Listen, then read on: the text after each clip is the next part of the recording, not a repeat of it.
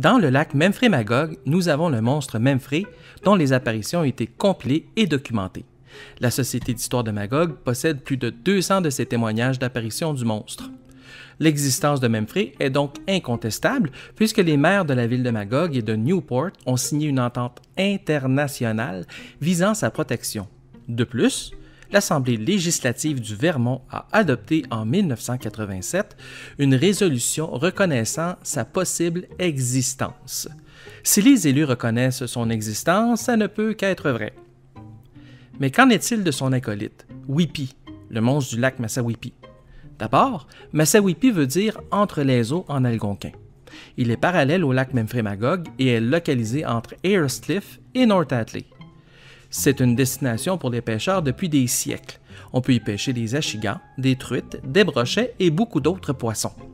Depuis longtemps, on parle de monstres et de poissons phénomènes dans le lac.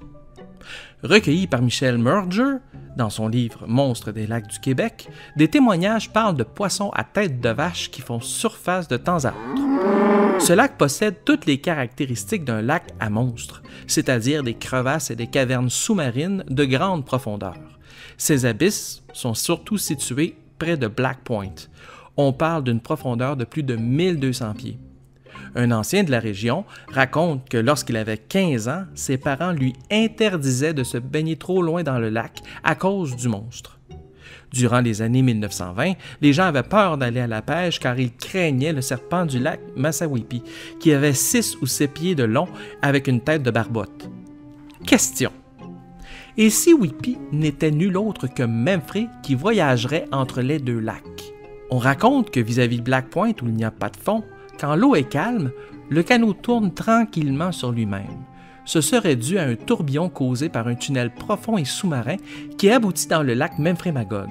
Un courant de fond serait donc la preuve d'un passage d'un lac à l'autre. Sinon, comment expliquer que le niveau des deux lacs est toujours le même?